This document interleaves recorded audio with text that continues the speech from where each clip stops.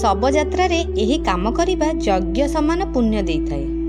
ଆପଣ ଦେଖିଥିବେ ଯେ ଯେତେବେଳେ କୌଣସି ଶବଯାତ୍ରା ବାହାରୁଥାଏ ସେତେବେଳେ ରାସ୍ତାରେ ଥିବା ଲୋକମାନେ ତାକୁ ଦେଖି ନମସ୍କାର କରନ୍ତି ଓ ଶିବ ଶିବ ରାମ ରାମ ଉଚ୍ଚାରଣ କରିଥାନ୍ତି।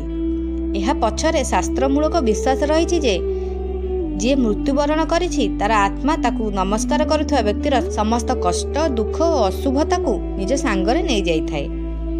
ଶବଯାତ୍ରାକୁ ଦେଖି ରାସ୍ତାରେ ଥିବା ଲୋକମାନେ କିଛି ସମୟ ପାଇଁ ରୋକିଯାଆନ୍ତି ଓ ଭଗବାନଙ୍କୁ ପ୍ରାର୍ଥନା କରନ୍ତି। ଏହା ହିନ୍ଦୁ ଧର୍ମର ଏକ ମୁଖ୍ୟ ନିୟମ, ଯାହା ଅନୁଯାୟୀ ଶବଯାତ୍ରା ଦେଖିଲେ ଆମେ ମୃତ ଆତ୍ମା ଶାନ୍ତି ପାଇଁ ପ୍ରାର୍ଥନା କରିବା ଉଚିତ। ଏହାଦ୍ୱାରା ମୃତ ଆତ୍ମାକୁ ଶାନ୍ତି ମିଳେ।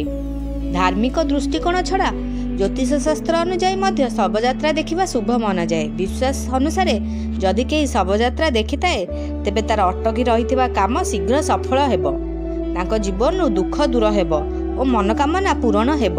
ପୁରାଣ ଅନୁସାରେ ଯିଏ ବ୍ରାହ୍ମଣଙ୍କର ଶବଧାର ଉଠାଏ ସେହି ବ୍ୟକ୍ତି ପ୍ରତିଟି ପଦକ୍ଷେପରେ ଏକ ଯଜ୍ଞ ସମାନ ପୁଣ୍ୟ ଲାଭ କରେ। କେବଳ ପାଣିରେ ବୁଡ଼ ପକାଇ ସେ ଶୁଦ୍ଧ ହୋଇଯାଏ ବୋଲି କୁହାଯାଏ।